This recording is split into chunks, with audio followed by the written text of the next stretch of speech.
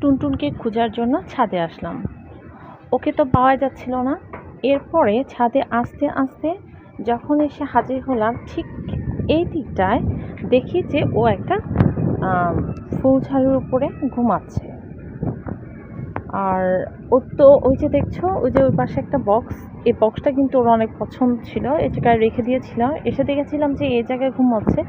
এরপর আবার রৌদ্রর জন্য এই জায়গায় এসে ঘুমাইছে, মানে রোদ লাগে দেখে। দেখেছো?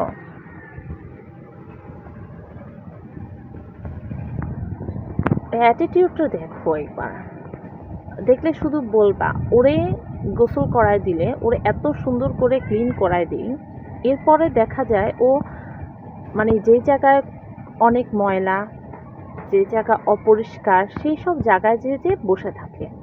দেখছো ও কিন্তু ঘুমায় আছে চোখ বন্ধ, তারপর কি একটা রিয়াকশন করছে।